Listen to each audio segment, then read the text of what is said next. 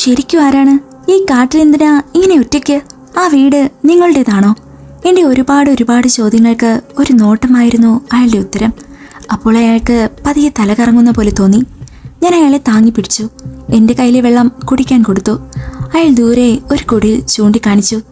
ഞാൻ അയാളെ പിടിച്ച് അവിടേക്ക് നടന്നു. അത് അയാൾ താമസിക്കുന്ന കുടിലാണെന്ന് തോന്നുന്നു.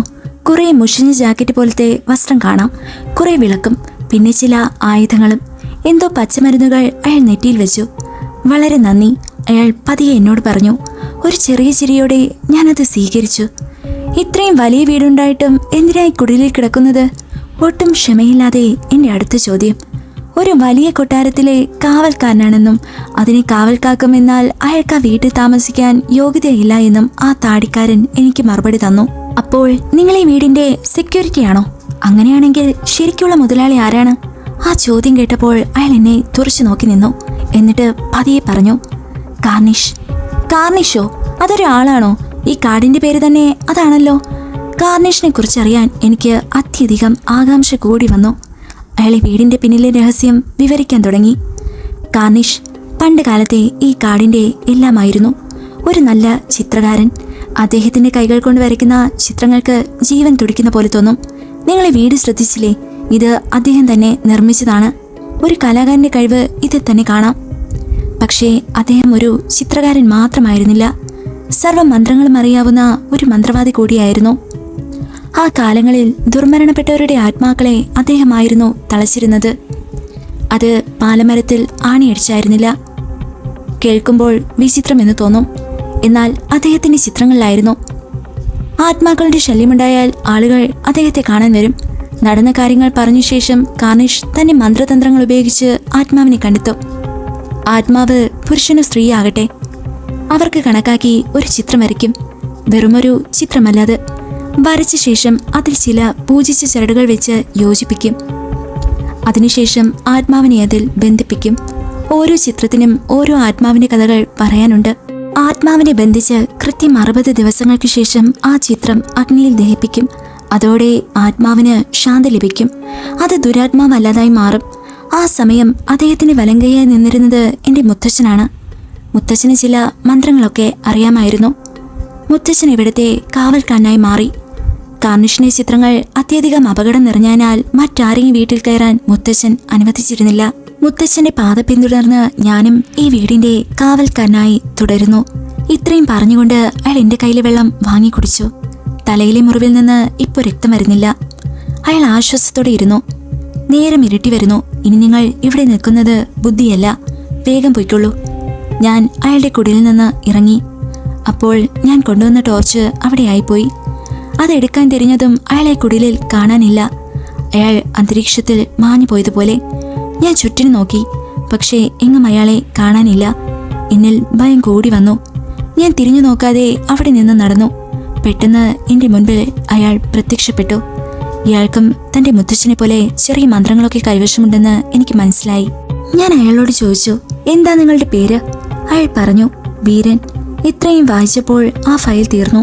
വേണുവും അബുവും ജോണും പരസ്പരം നോക്കിയിരുന്നു. എടാ, ഇയാളല്ലേ അന്ന് എൻ്റെ വണ്ടിയിൽ കയറിയത്? വേണു ചോദിച്ചു. അതെ, അന്ന് നമ്മൾ കാർണിഷ് ഫോറസ്റ്റിൽ ആദ്യമായി പോയപ്പോൾ നമ്മളെ വഴിയിൽ വെച്ച് കണ്ട മുഷിഞ്ഞിരുന്ന നീണ്ട താടിക്കാരൻ. അന്ന് നീ അയാളെ ബൈക്കിൽ കയറ്റി ഇടയ്ക്ക് വെച്ച് അയാൾ ഇതുപോലെ മന്ത്രം കാണിച്ച് മറഞ്ഞു പോയതാകും. അങ്ങനെയാണെങ്കിൽ അയാൾ ആ കാട്ടിൽ ഇപ്പോഴും കാണും. പക്ഷേ ഉത്തരം കിട്ടാത്ത ഒരുപാട് ചോദ്യങ്ങൾ ഇപ്പോഴും ഉണ്ടല്ലോ. ജോൺ ആ ചിത്രമെടുക്കാൻ പോയപ്പോൾ അയാൾ എവിടെയായിരുന്നു? എൻ്റെ വീട്ടിലെ ആ ചിത്രത്തിലെ ആത്മാക്കൾക്ക് സംഭവിച്ചത് എന്തായിരിക്കും? ഇതിന്റെ ബാക്കി അപ്പൂപ്പന്റെ അലമാരയിൽ തന്നെ കാണും. ഉടനെ നമുക്കത് എടുക്കണം, വേണു പറഞ്ഞു. പാർക്കിൽ നിന്നും അവർ നേരെ പോയത് വേണുവിന്റെ വീട്ടിലേക്കായിരുന്നു. അപ്പൂപ്പന്റെ മുറി തുറന്നു. നേരെ അലമാരയുടെ അടുത്തേക്ക് ചെന്ന് നോക്കുമ്പോൾ അലമാര തുറന്നു കിടക്കുന്നു. വേണു ആകെ പരിഭ്രാന്തനായി. അവൻ ഓടിച്ചെന്ന് അലമാരയ്ക്കുള്ളിലെ പേപ്പർ കെട്ടുകൾ തപ്പി നോക്കി. എന്നാൽ അവിടെ കുറെ പേപ്പർ കെട്ടുകൾ കാണാനില്ല. ഉടൻ അലമാര അരിച്ചു പെറുക്കി. അവന്റെ കയ്യിലുള്ള തരം പേപ്പറുകൾ അവിടെ നിന്നും മറ്റാരോ എടുത്തിരിക്കുന്നു. വേണുവിന്റെ പിന്നിൽ അബുവും ജോണും വന്നു നിന്നു. എടാ, എന്തു പറ്റി? വേണു മറുപടിയൊന്നും പറയാതെ നേരെ അടുക്കളയിൽ അമ്മയുടെ നേരെ പാഞ്ഞു. അമ്മേ, അപ്പൂപ്പന്റെ മുറിയിൽ ആരെങ്കിലും കയറിയായിരുന്നോ? എന്താടാ മുറിയിൽ നിനക്ക് കാര്യം? അതൊന്ന് വൃത്തിയാക്കാൻ പറഞ്ഞാൽ നീ കേൾക്കില്ലല്ലോ. വേണു ഒന്നും മിണ്ടാതെ നിന്നു. അമ്മ അവനെ ഒന്ന് തുറച്ചു നോക്കിയ ശേഷം പറഞ്ഞു. അപ്പൂപ്പന്റെ മുറി വൃത്തിയാക്കാൻ ചെന്നപ്പോൾ അലമാരയിൽ നിന്ന് നിറയെ പൊടി പിടിച്ച പേപ്പർ കെട്ടുകൾ നിലത്ത് കിടക്കുന്നു. കുറേയൊക്കെ ഞാനെടുത്ത് ആക്രിക്കാരന് കൊടുത്തു. വെറുതെ എന്തിനാ അതവിടെ കിടന്ന് പൊടി പിടിക്കുന്നേ? പിന്നെ അതൊക്കെ കുറെ കീറിയ പേപ്പർ കെട്ടുകൾ മാത്രമായിരുന്നു. അത് കേട്ട് വേണു സ്തംഭിച്ചു നിന്നു. ഏത് ആക്രിക്കാരനെ കൊടുത്തത്? അവൻ പതിഞ്ഞ ശബ്ദത്തിൽ അമ്മയോട് ചോദിച്ചു. ഇവിടെ ഇടയ്ക്കൊക്കെ വരാറുള്ള അയാൾ തന്നെ, അമ്മ മറുപടി പറഞ്ഞു. അത് കേട്ടതും വേണു ഉടൻ പുറത്തേക്ക് ഓടി. ജോൺ, ഞാൻ അവിടെ വരെ ഒന്ന് പോയി നോക്കട്ടെ. അബു, എന്റെ കൂടെ വാ. ജോൺ, നീ അപ്പൂപ്പന്റെ അലമാരയിൽ ഒന്ന് തപ്പി നോക്ക്. നമുക്ക് ആവശ്യമുള്ള എന്തെങ്കിലും സാധനം കിട്ടുമെന്ന്. അത് പറഞ്ഞ ശേഷം വേണു ബൈക്കിൽ പുറത്തേക്ക് കുതിച്ചു. ജോൺ അപ്പൂപ്പന്റെ മുറിയിലേക്ക് ചെന്നു. എന്താണ് ഇവിടെ നടക്കുന്നത്? കുറെ ദിവസമായി ഞാൻ ശ്രദ്ധിക്കുന്നു. 3 എണ്ണവും കൂടെ ഒപ്പിച്ചു വെക്കാൻ പോകുന്ന പോലെ. ഹേ, ഒന്നുമില്ല അമ്മേ. ഞങ്ങൾ ഒരു യാത്ര പ്ലാൻ ചെയ്തതാ. അതിന് കുറച്ച് സാധനങ്ങൾ വേണമായിരുന്നു, അത് നോക്കിയതാ. ശരി, വേണു വരുമ്പോൾ എല്ലാവരും ഭക്ഷണം കഴിക്കാൻ വരണേ. ഇതും പറഞ്ഞ് വേണുവിൻ്റെ അമ്മ അടുക്കളയിലേക്ക് നടന്നു. ജോൺ അലമാരയിൽ ഓരോന്നായി നോക്കിക്കൊണ്ടിരുന്നു. അപ്പോഴാണ് മുകളിൽ നിന്ന് ആരോ നടക്കുന്ന ശബ്ദം കേൾക്കാൻ തുടങ്ങിയത്. വേണുവിൻ്റെ അമ്മ അടുക്കളയിലായതുകൊണ്ട് അത് കേട്ടില്ല. എന്നാൽ ജോണിനത് നന്നായി കേൾക്കാം. മുകളിൽ എന്താണെന്ന് ജോണിന് നന്നായി അറിയാം. പക്ഷേ ശബ്ദം കേട്ട് വേണുവിൻ്റെ അമ്മ വന്നാൽ എന്തെങ്കിലും അറിഞ്ഞാൽ പ്രശ്നമാകുമെന്ന് ജോൺ മനസ്സിൽ പറഞ്ഞു. അവൻ പതിയെ മുകളിലേക്ക് നടന്നു. ഓരോ പടിയിൽ ചവിട്ടുമ്പോഴും അവൻ്റെ മനസ്സിലെ ഭയം കൂടിക്കൂടി വന്നു. ഒരു കോണിപ്പടിയിൽ നിന്നുകൊണ്ട് തന്നെ അവൻ മുകളിലത്തെ ഹാളിൽ നോക്കി. ആ ചിത്രം അവിടെ ചുമരിൽ തൂങ്ങി നിൽപ്പുണ്ട്. ഹാളിൽ അധികം വെളിച്ചമില്ല. അന്നത്തെ സംഭവത്തിന് ശേഷം വേണു താഴെയാണ് കിടക്കാറുള്ളത്. ഇപ്പോൾ വീടിന്റെ മുകൾ ഭാഗം പ്രേതാലയം പോലെയാണ്. ജോൺ നോക്കിയപ്പോൾ ആ കാൽപ്പെരുമാറ്റം ഇപ്പോൾ കേൾക്കാനില്ല. തികച്ചും നിശബ്ദമായി അവിടെ. ആ ഫോട്ടോയിലെ 4 പേരും ജോണിനെ തന്നെ തുറച്ചു നോക്കുന്ന പോലെ അവന് തോന്നി. ഒരു നിമിഷം അവൻ താഴെ കോണിപ്പടി നോക്കിയപ്പോൾ അവർ അന്ന് കണ്ട പെൺകുട്ടി അവന്റെ തൊട്ടു താഴെ നിൽക്കുന്ന കണ്ടു. അവൻ ഭയന്ന് വിറച്ചു. ഫോട്ടോയിൽ നോക്കിയപ്പോൾ അതിൽ 3 പേരേ ഉള്ളൂ. ആ പെൺകുട്ടിയുടെ മുഖത്തിൽ ഇപ്പോൾ ക്രൂരമായ ഒരു മൃഗത്തിന്റെ ഭാവം കാണാം. ജോൺ മുകളിലേക്ക് തന്നെ ഓടി. അവൻ ഹാളിൽ നിന്നും ചുറ്റും നോക്കി. ആ പെൺകുട്ടി മുകളിലേക്ക് നടന്നു വരുന്ന ശബ്ദം അവന് നന്നായി കേൾക്കാം. കോണിപ്പടിയിലൂടെ ഒരു തല പൊങ്ങി വരുന്നു. അതെ, ആ പെൺകുട്ടിയുടെ ആത്മാവ് അവനെ ലക്ഷ്യം വെച്ച് നടന്നു വരുന്നു. അവൻ തൻ്റെ കഴുത്തിൽ കിടന്ന കൊന്ത പുറത്തെടുത്തു. ആ രൂപത്തിന് മുൻപിലേക്ക് നീട്ടി. ഉടൻ അത് മാഞ്ഞുപോയി. അവൻ നല്ല വേഗത്തിൽ കിതയ്ക്കുകയായിരുന്നു. പക്ഷേ ഉടൻ തന്നെ വേണുവിൻ്റെ മുറിയിലെ വാതിൽ പതിയെ തുറന്നു വന്നു. ഒരു നിമിഷം ചിത്രത്തെ നോക്കിയപ്പോൾ അതിൽ ആരും തന്നെയില്ല. കുറച്ച് സമയത്തിന് ശേഷം വേണുവും അബുവും ബൈക്കിൽ തിരിച്ചെത്തി. അബു ബൈക്കിന് പുറകിൽ ഇരിക്കുകയാണ്. അവൻ്റെ കയ്യിൽ ഒരുപാട് പേപ്പർ കെട്ടുകളുണ്ട്. അവർ അതുമായി വീട്ടിലേക്ക് കടന്നു. അപ്പൂപ്പൻ്റെ മുറിയിൽ നോക്കിയപ്പോൾ ജോൺ അവിടെ എങ്ങുമില്ല. വേണു തൻ്റെ ഫോണെടുത്ത് ജോണിൻ്റെ നമ്പറിലേക്ക് വിളിച്ചു. പക്ഷേ ജോണിൻ്റെ ഫോൺ റിങ് ചെയ്തത് മുകളിൽ നിന്നായിരുന്നു. അത് കേട്ടപ്പോൾ വേണുവും അബുവും പരസ്പരം മുഖത്തോട് മുഖം നോക്കി നിന്നു. എന്നിട്ട് മുകളിലേക്ക് കുതിച്ചു. മുകളിൽ എത്തിയപ്പോൾ ജോൺ നിലത്ത് കിടക്കുകയായിരുന്നു. വേണു ആ ചിത്രത്തിലേക്ക് നോക്കി. അവൻ ആകെപ്പാടെ വിയർത്തു. അവർ 2 പേരും ജോണിനെ പൊക്കിയെടുത്ത് അപ്പൂപ്പൻ്റെ മുറിയിൽ കൊണ്ട് കിടത്തി വാതിൽ പൂട്ടി.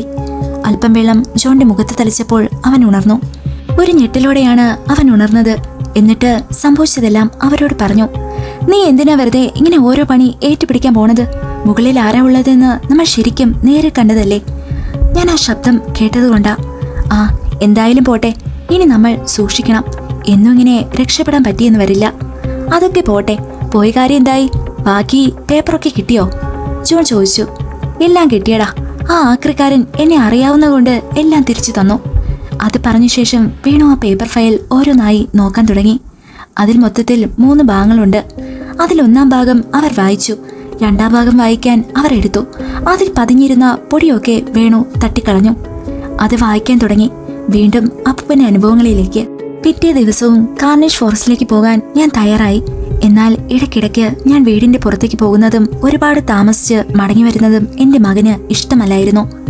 അതിന്റെ പേരിൽ ഇടയ്ക്കൊക്കെ അവനുമായി ഞാൻ തർക്കിച്ചു. പക്ഷേ അതൊന്നും കണക്കിലെടുക്കാതെ ഞാൻ അവിടെ പോകാൻ തയ്യാറായി. ഞാൻ കാട്ടിലേക്ക് നടന്നു. വീരൻ വിറക് കീറുന്നത് ഞാൻ ദൂരെ നിന്നും കണ്ടു. ഞാൻ നടന്നു വരുന്നത് അയാൾക്ക് മനസ്സിലായി. അയാൾ എന്നെ ഒന്ന് നോക്കി. വീണ്ടും വിറക് കീറാൻ തുടങ്ങി. ഇയാൾ തികച്ചും വ്യത്യസ്തനായ മനുഷ്യൻ തന്നെ. ഞാൻ അയാളുടെ അടുത്തേക്ക് പോയി. തലയിലെ മുറിവ് ഇപ്പൊ എങ്ങനെയുണ്ട്? കുഴപ്പമില്ലെന്ന മട്ടിൽ അയാൾ തലയാട്ടി. അല്പസമയം കഴിഞ്ഞപ്പോൾ അയാൾ എനിക്ക് ആപ്പിൾ പോലത്തെ ഒരു ഫലം കഴിക്കാൻ തന്നു. അത് നല്ല മധുരമായിരുന്നു. എനിക്ക് ഈ വീടിന്റെ അകം കാണണമെന്നുണ്ട്. ഞാൻ പതിയെ അയാളോട് പറഞ്ഞു. അത് വേണ്ട, അത് ശരിയാകില്ല. ഒറ്റയടിക്ക് അയാൾ മറുപടി പറഞ്ഞു. അതെന്താ? നിങ്ങൾ എന്റെ കൂടെയുണ്ടല്ലോ, പിന്നെ എന്താ പ്രശ്നം? ഞാൻ നിങ്ങളോട് ഇന്നലെ പറഞ്ഞതല്ലേ, ഒരുപാട് പ്രേതാത്മാക്കളെ നശിപ്പിച്ച സ്ഥലമാണിത്. അവിടെ പോകുന്നത് തികച്ചും അപകടം നിറഞ്ഞതാണ്. ആത്മാക്കളെ ബന്ധിച്ച് കൃത്യം 60 ദിവസങ്ങൾ കഴിഞ്ഞാൽ കാർണിഷ് അതിനെ അഗ്നിയിൽ ദഹിപ്പിക്കുമായിരുന്നു എന്ന് താങ്കൾ തന്നെയല്ലേ പറഞ്ഞത്? അതെ, അത് ശരിയാണ്. പക്ഷേ ഒരു കാര്യത്തിൽ മാത്രം കാർണിഷിന് ഒരു പിഴവ് സംഭവിച്ചു. അത് അദ്ദേഹത്തിന്റെ മരണത്തിന് കാരണമായി. ആ കാര്യം കേൾക്കാൻ എനിക്ക് ആകാംക്ഷ കൂടി വന്നു. നിങ്ങൾ പറഞ്ഞതുപോലെ 60-ാം നാൾ കാർണിഷ് പ്രേതാത്മാക്കളെ ആവാഹിച്ച ചിത്രം അഗ്നിയിൽ വലിച്ചെറിയാറുണ്ട്. പക്ഷേ ഒരു വട്ടം അദ്ദേഹത്തിന് ഒരു പിഴവ് സംഭവിച്ചു. ഒരു ചിത്രത്തിന്റെ 4 മൂലയിലും അദ്ദേഹം ഓരോ ഏലസ് ബന്ധിപ്പിക്കാറുണ്ട്. അത് ഉള്ളതുകൊണ്ടാണ് ആത്മാക്കൾ ബന്ധിതരാകുന്നത്. എന്നാൽ അയാൾ അവിടെ വെച്ച് പറഞ്ഞു നിർത്തി. അയാളുടെ മുഖത്തിൽ ഒരു ഭാവവ്യത്യാസം ഞാൻ കണ്ടു. അയാളെ ഞാൻ തട്ടി വിളിച്ചു. കാർണിഷ് ദുരാത്മാക്കളെ നശിപ്പിക്കുന്ന ആ സമയത്ത് അദ്ദേഹത്തിന് ഏറ്റവും വെല്ലുവിളിയായി നിറഞ്ഞ ഒരു അനുഭവം ഉണ്ടായി. കാടിന്റെ തെക്ക് ഭാഗത്തായി ഒരുപാട് ആളുകൾ കുടിയേറി പാർത്തിരുന്നു. എന്നാൽ അവർ താമസിച്ച സ്ഥലം തന്റേതാണ് എന്ന് തെളിയിച്ച് ഒരു ധനികൻ അവരുടെ ഇടയിലേക്ക് കടന്നു വന്നു. അയാൾ ഭീഷണിപ്പെടുത്തിയും മറ്റും ഒരുപാട് കുടുംബങ്ങളെ അവിടെ നിന്നും തുരത്തി. എന്നാൽ ഒരു കുടുംബം മാത്രം അവിടെ നിന്നും പോകാൻ കൂട്ടാക്കിയില്ല. അവർ 4 പേരായിരുന്നു. അച്ഛൻ, അമ്മ, ഒരു പെൺകുട്ടി, പിന്നെ ഒരു കുഞ്ഞുവാവയും. തങ്ങളുടെ വീടും സ്ഥലവും ആർക്കും വിട്ടുകൊടുക്കില്ല എന്ന് അവർ ഉറപ്പിച്ചു പറഞ്ഞു. പക്ഷേ ആ ധനികൻ 4 പേരെയും ജീവനോടെ ചുട്ടുകൊന്നു. ആ ചെറിയ കുഞ്ഞിനെ പോലും വെറുതെ വിട്ടില്ല. എന്നാൽ കുറച്ച് നാളുകൾക്ക് ശേഷം ആ ധനികനെ കാണാതായി. പിന്നെ അയാളുടെ ശരീരം ഓരോ കഷ്ണങ്ങളായി വേർപെട്ടു. കത്തി നശിച്ച നിലയിലാണ് കണ്ടെത്തിയത്. ഒരുപാട് ആൾബലവും പണവുമുള്ള അയാളെ ഈ രീതിയിൽ കൊല ചെയ്തത് ആരാണെന്ന് പിടികിട്ടിയില്ല. പക്ഷേ പോകെ പോകെ അയാളുടെ വീട്ടിലെ ഓരോരുത്തരും ഈ രീതിയിൽ മരിക്കാൻ തുടങ്ങി. ചിലർ അത് നേരെ കാണുകയും ചെയ്തു. ഇതിനു പിന്നിൽ അമാനുഷികമായ മറ്റെന്തോ ആണെന്ന് നാട്ടുകാർക്ക് മനസ്സിലായി. വൈകാതെ ഈ വിവരം കാർണിഷ് അറിഞ്ഞു. അദ്ദേഹം എല്ലാം മനസ്സിലാക്കിയ ശേഷം ഒരു ചിത്രം വരച്ചു. അത് ഒരു കുടുംബത്തിന്റെ ചിത്രമായിരുന്നു. അച്ഛൻ, അമ്മ, പെൺകുട്ടി, പിന്നെ ഒരു കുഞ്ഞും. അദ്ദേഹം വൈകാതെ തന്നെ ആ ചിത്രത്തിൽ അവരെ ബന്ധിച്ചു. ചിത്രത്തിന്റെ 4 മൂലയിലും ഓരോ രക്ഷ പിടിപ്പിച്ചു. എന്നാൽ 60-ാം ദിവസം അതിനെ അഗ്നിക്ക് ഇരയാക്കാൻ നോക്കവേ അതിലെ ഒരു രക്ഷ അതിൽ നിന്ന് അടർന്നുപോയി. ആ ചിത്രത്തിലെ പ്രേതാത്മാക്കൾ പുറത്തു വന്നു. കാർണിഷിനെ വകവരുത്തി. ഇത്രയും പറഞ്ഞ ശേഷം അയാൾ നിശബ്ദനായിരുന്നു. അപ്പോൾ ഈ വീട്ടിൽ ആ 4 ആത്മാക്കൾ ഇപ്പോഴുണ്ടോ? ആ ചോദ്യത്തിനുള്ള ഉത്തരം വീരനെ ഭയന്നിറഞ്ഞ ഒരു നോട്ടം തന്നെയായിരുന്നു. ഞാൻ ആ വീട്ടിലേക്ക് ഒന്ന് നോക്കി. എനിക്കിപ്പോൾ ആ വീടിന്റെ ഭംഗി ആസ്വദിക്കാൻ കഴിയുന്നില്ല. അതിന്റെ ഉള്ളിൽ ഗതി കിട്ടാതെ അലയുന്ന 4 പ്രേതാത്മാക്കൾ ഉണ്ടല്ലോ. പക്ഷേ ആ 4 ആത്മാക്കളും ഇപ്പോഴും ബന്ധനസ്ഥരാണ്. വീരൻ ഈ പറഞ്ഞത് എന്നിൽ വീണ്ടും ആകാംക്ഷ നിറച്ചു. ആ ചിത്രത്തിൽ കിട്ടിയ 4 ഏലസുകളിൽ ഒരെണ്ണം മാത്രമാണ് അഴിഞ്ഞുപോയത്. പക്ഷേ ബാക്കി 3 എണ്ണവും അതിലുണ്ട്. അതിനാൽ ആത്മാക്കൾക്ക് ആ ചിത്രത്തിൽ നിന്ന് പുറത്തു വരാം. പക്ഷേ അല്പസമയത്തിനുള്ളിൽ അതിലേക്ക് കയറിയേ പറ്റൂ. അല്ലെങ്കിൽ ഏതെങ്കിലും മനുഷ്യർ ആ രക്ഷ അതിൽ നിന്നും അഴിച്ചു മാറ്റണം. അത് സംഭവിക്കാതിരിക്കാനാണ് ഞാൻ ഈ വീട്ടിൽ കാവൽ നിൽക്കുന്നത്. അപ്പോൾ നഷ്ടപ്പെട്ടു പോയ 4ാമത്തെ രക്ഷ ആരുടെ കയ്യിലാണ്? കാർണിഷ് മരിച്ചു കിടന്നപ്പോൾ ആ ഏലസ് അദ്ദേഹം കയ്യിൽ മുറുകെ പിടിച്ചിരുന്നു. അദ്ദേഹത്തിന്റെ കാവൽക്കാരനായിരുന്ന എന്റെ മുത്തശ്ശൻ അതിനെ സൂക്ഷിച്ചു വെച്ചു. കാർണിഷിനെ അടക്കം ചെയ്തു. ചില മന്ത്രങ്ങൾ കൊണ്ട് ഈ വീടിന്റെ വാതിൽ ബന്ധിച്ചു. പിന്നീട് എന്റെ മുത്തശ്ശൻ ഈ വീടിന് കാവലായി. ഇപ്പോൾ ഈ ഞാനും. അത് പറഞ്ഞ ശേഷം ഒരു ഏലസ് അയാൾ എന്റെ നേരെ നീട്ടി. ഇതാണ് നിങ്ങൾ ചോദിച്ച 4ാമത്തെ രക്ഷ. അത് എന്റെ കൈകളിൽ സുരക്ഷിതമാണ്. ഇത് കൂടെ വായിച്ചപ്പോൾ ഭാഗം 2 തീർന്നു. വേണു ഉടൻ മുകളിലേക്ക് ചെന്ന് പ്രധാന വാതിൽ പൂട്ടി. അതിന്റെ താക്കോൽ പോക്കറ്റിലിട്ടു. ഇനി ആരും ഇവിടേക്ക് കയറരുത്. എന്തോ ഒരു ഭാഗ്യം, നമ്മൾ ആരും ആ രക്ഷ കണ്ടതുമില്ല, പൊട്ടിച്ചു കളഞ്ഞതുമില്ല. അറിയാതെ ആരെങ്കിലും കയറി അത് സംഭവിക്കാതെ ഇരിക്കാനാണ് ഞാനിത് പൂട്ടിയത്. ഇനി നമ്മൾ നോക്കേണ്ടത് എങ്ങനെ ഇത് അവസാനിപ്പിക്കാമെന്നാണ്. അതിന് ഒരു ഫയൽ കൂടി ഉണ്ടല്ലോ, അതിലെന്താണെന്ന് അറിയണ്ടേ? അവർ വേഗം തന്നെ പോയി 3ാമത്തെ ഫയലെടുത്തു. അതിന്റെ തലക്കെട്ട് എ ഹൊറർ ഫാമിലി എന്നായിരുന്നു. അവർ അത് വായിക്കാൻ തുടങ്ങി. വീരൻ എന്റെ അടുത്ത സുഹൃത്തായി കഴിഞ്ഞു. ഞാൻ കാട്ടിലേക്ക് പോകുമ്പോഴൊക്കെ അയാൾക്കായി വീട്ടിൽ നിന്ന് ഭക്ഷണം കൊണ്ടുപോകുന്നത് പതിവായി. വീരൻ ഭക്ഷണം ആസ്വദിച്ച് കഴിച്ചു. ഒരു ദിവസം ഞാൻ അയാളോട് ചോദിച്ചു, നിങ്ങൾക്ക് മന്ത്രമൊക്കെ അറിയോ? ചിലതൊക്കെ വശമുണ്ട്. എങ്കിൽ എനിക്കായി ഒരു വിദ്യ കാണിക്കാമോ? അത് കേട്ടതും അയാൾ പതിയെ ദൂരേക്ക് നടക്കാൻ തുടങ്ങി. അപ്പോൾ എൻ്റെ കണ്ണുകൾക്ക് വിശ്വസിക്കാൻ കഴിയാതെ അയാൾ ഞൊടിയിടയിൽ അപ്രത്യക്ഷനായി. ഞാൻ അയാളെ തന്നെ നോക്കി നിൽക്കുകയായിരുന്നു. എന്നാൽ ആ സമയം എനിക്ക് വന്നത് ഭയമായിരുന്നു. ഞാൻ ചുറ്റിനു നോക്കി. പെട്ടെന്ന് എൻ്റെ തോളിൽ ആരോ കൈവച്ചു. ഞാൻ ഞെട്ടിത്തെറിച്ചു പുറകിലേക്ക് നോക്കി. അതാ വീരൻ എന്നെ തൊട്ടുപിന്നിൽ നിൽക്കുന്നു. എനിക്ക് വിശ്വസിക്കാൻ കഴിഞ്ഞില്ല. അതേസമയം എൻ്റെ മനസ്സിൽ മറ്റു ചില സംശയങ്ങൾ കൂടെ കടന്നു വന്നു. ഇതുപോലെ സ്ഥിതിയുള്ള ഒരു മനുഷ്യൻ അത് ദുരുപയോഗം ചെയ്യാനും സാധിക്കും. ഒരു ബാങ്കൊക്കെ കൊള്ളയടിച്ചാലും ഇയാളെ ആരും സംശയിക്കില്ല. അതൊന്ന് പരീക്ഷിക്കാൻ തന്നെ ഞാൻ തീരുമാനിച്ചു. എൻ്റെ പേഴ്സ് ഞാൻ നിലത്തേക്കിട്ടു. അതിൽ ഒരു 10,000 രൂപ ഞാൻ കരുതിയിരുന്നു. ഞാൻ ആ പേഴ്സ് അയാൾ കാണി തന്നെ തറയിൽ നിന്നെടുത്തു. തുറന്ന് പണം പുറത്തെടുത്തു. ഞാൻ ചെയ്തത് അയാൾ ശ്രദ്ധിക്കുന്നുണ്ടായിരുന്നു. എന്നാൽ ഒരു പ്രതികരണവും വീരനിൽ നിന്ന് ഉണ്ടായില്ല. ഞാൻ ആ വീടിനെ നോക്കി കുറേ നേരം നിന്നു. അല്പസമയത്തിന് ശേഷം വീരൻ എൻ്റെ അടുത്തേക്ക് വന്നു നിന്നു. ഈ മായാജാലം ഉപയോഗിച്ച് ചിലപ്പോൾ ഞാൻ പലയിടത്തു നിന്ന് പണം മോഷ്ടിക്കുക എന്ന സംശയം നിങ്ങൾക്ക് തോന്നിക്കാണുമല്ലേ? അത് കേട്ട് ഞാൻ ഒന്നും മിണ്ടാതെ നിന്നു. വീരൻ തുടർന്നു. ഈ വീടിന്റെ ഉള്ളിൽ ആത്മാക്കളെ തളയ്ക്കാൻ വേണ്ടിയല്ലാതെ തന്നെ കാർണിഷ് വരച്ച ഒട്ടനേകം ചിത്രങ്ങൾ തന്നെയുണ്ട്. പണ്ട് സായിപ്പന്മാർ പൊന്നു വില കൊടുത്ത് അതൊക്കെ വാങ്ങാൻ വന്നിരുന്നു. ഈ കാലത്തും അതിനൊരുപാട് ആവശ്യക്കാരുണ്ട്. ആ ചിത്രങ്ങൾ വിറ്റുകിട്ടുന്ന കാശ് മതി എനിക്ക് വലിയ പണക്കാരനാകാൻ. പക്ഷേ പണത്തിനോടല്ല എനിക്ക് കമ്പം. അദ്ദേഹത്തിന് എൻ്റെ തലമുറ കൊടുത്ത വിശ്വാസം ഞാൻ എന്നും കാത്തു സൂക്ഷിക്കും. അപ്പോൾ ഞാൻ മനസ്സിലാക്കിയ മറ്റൊരു കാര്യം വീരനോട് പറയാൻ തയ്യാറെടുത്തു. ഫ്രാൻസിസ്. ഞാനൊരു പതിഞ്ഞ ശബ്ദത്തിൽ ആ പേര് പറഞ്ഞു. വീരൻ അത് കേട്ട് അമ്പരന്നു. ഒരു ചെറിയ ചിരിയോടെ ഞാൻ അയാളെ നോക്കി. ഈ പേര് നിങ്ങൾക്ക് എവിടെ നിന്ന് കിട്ടി? നിങ്ങൾ ഈ വീടിന്റെ ഉള്ളിൽ ഞാൻ അറിയാതെ കയറിയോ? അയാളുടെ മുഖഭാവം പതിയെ മാറാൻ തുടങ്ങി. ഈ പേരിനെ കുറിച്ചറിയാൻ ഈ വീട്ടിൽ കയറേണ്ട ആവശ്യമില്ല. താങ്കൾ പറഞ്ഞ കഥയിലെ നീചമായ കൊല ചെയ്യപ്പെട്ട കുടുംബത്തെക്കുറിച്ച് ഞാൻ അന്വേഷിച്ചു. കുറെ പഴയ കഥകളിലേക്ക് സഞ്ചരിക്കേണ്ടി വന്നെങ്കിലും ഞാൻ ആ വിവരം മനസ്സിലാക്കി. അന്ന് മരണപ്പെട്ട ആ ക്രിസ്ത്യൻ കുടുംബത്തിന്റെ കുടുംബനാഥൻ ഫ്രാൻസിസ്, അയാളുടെ ഭാര്യയും 2 കുട്ടികളും. ഫ്രാൻസിസ് ഒരു കർഷകനാണ്. അയാൾക്കല്പം മുടന്തുണ്ട്. ഒരു തരത്തിൽ പറഞ്ഞാൽ കാർണിഷിനെ വകവരുത്തിയതും ഫ്രാൻസിസ് തന്നെ. ഇന്നും ഈ വീടിനുള്ളിൽ ആ 4 പ്രേതാത്മാക്കൾ അലഞ്ഞു തിരിയുന്നു, ഗതി കിട്ടാതെ. എന്താ വീര, ഞാൻ പറഞ്ഞത് ശരിയല്ലേ? എന്നെ കണ്ടുപിടുത്തത്തെ അഭിനന്ദിക്കാൻ നിന്നോണം അയാൾ എന്നെ തോളിൽ കൈവച്ചു. അപകടമാണ്, വലിയ അപകടം. ഈ നാടിനെ തന്നെ ഇല്ലാതാക്കാൻ കെൽപ്പുള്ള അപകടം. അത് പറഞ്ഞ ശേഷം വീരൻ ആ വീടിന്റെ നേരെ വിരൽ ചൂണ്ടി. അയാളുടെ വിരലുകൾ വിറയ്ക്കുന്നുണ്ടായിരുന്നു. കണ്ണിൽ ഭയം നിറഞ്ഞു. ഞാനും വീരനും ആ വീടിനെ ഉറ്റുനോക്കി നിന്നു. വർണ്ണശബളമായ ആ വീട് ശരിക്കും പ്രേതാലയമെന്ന് തോന്നിയ നിമിഷം. നിങ്ങൾക്ക് ആ ആത്മാക്കളെ നശിപ്പിക്കാൻ സാധിക്കില്ലേ? അല്പം ജിജ്ഞാസയോടെ വീരനോട് ഞാൻ ചോദിച്ചു. കുറച്ച് മന്ത്രവും തന്ത്രവും അറിയാമെന്ന് കരുതി ഞാൻ കാർണിഷ് ആകില്ലല്ലോ. അവരെ തളയ്ക്കാൻ സാക്ഷാൽ കാർണിഷ് തന്നെ വരണം. പക്ഷേ ഇനി അത് ഒരിക്കലും സാധിക്കില്ല. എന്നെ കാലം കഴിയും മുൻപ് ഈ വീടിന് മറ്റൊരാളെ കാവൽ നിർത്തണം. അതേയുള്ളൂ ഇനി മുന്നോട്ട് ഈ വീട് സംരക്ഷിക്കാൻ ഉള്ള മാർഗം. അല്ലെങ്കിൽ മറ്റൊരു വഴിയേ ഉള്ളൂ. എന്നാൽ അത് സംഭവിക്കുമോ ഇല്ലയോ എന്ന് എനിക്കറിയില്ല. എന്താണ് വഴി? ഞാൻ ചോദിച്ചു. പക്ഷേ അത് പറഞ്ഞു തുടങ്ങിയപ്പോൾ ആ വീടിനുള്ളിൽ നിന്ന് ഒരു ശബ്ദം കേട്ടു. ഞാനൊന്ന് പുറകിലേക്ക് മാറി. വീരൻ എന്നോട് കൈകൊണ്ട് പിന്നിലേക്ക് പോകാൻ ആംഗ്യം കാണിച്ചു. ജനാലയിലെ പൊടിപിടിച്ച ചില്ലിലൂടെ ഒരാൾ എന്നെ ഉറ്റുനോക്കുന്നത് ഞാൻ കണ്ടു. അലറി വിളിക്കണോ തിരിഞ്ഞോടണോ എന്നറിയാതെ ഞാൻ പകച്ചു നിന്നു.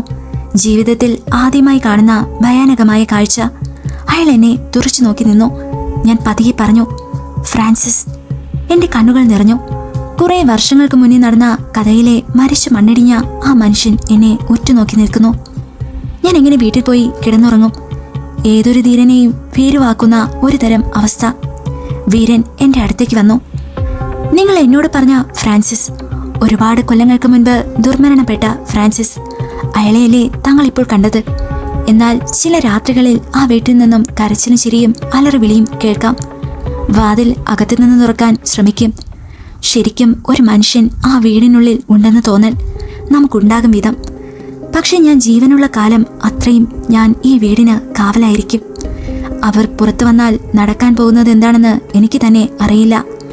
പക്ഷെ അവർക്കിപ്പോഴും പുറത്തു പോകാൻ കഴിയില്ലല്ലോ. കൂടുതൽ സമയവും ആ ചിത്രത്തിൽ തന്നെ ആയിരിക്കുമല്ലോ. ഞാൻ അയാളോട് ചോദിച്ചു. അത് ശരിയാ, പക്ഷേ പരമാവധി ഈ വീട്ടിൽ തന്നെ അവരെ തളച്ചിടാനാണ് ഞാൻ ശ്രമിക്കുന്നത്.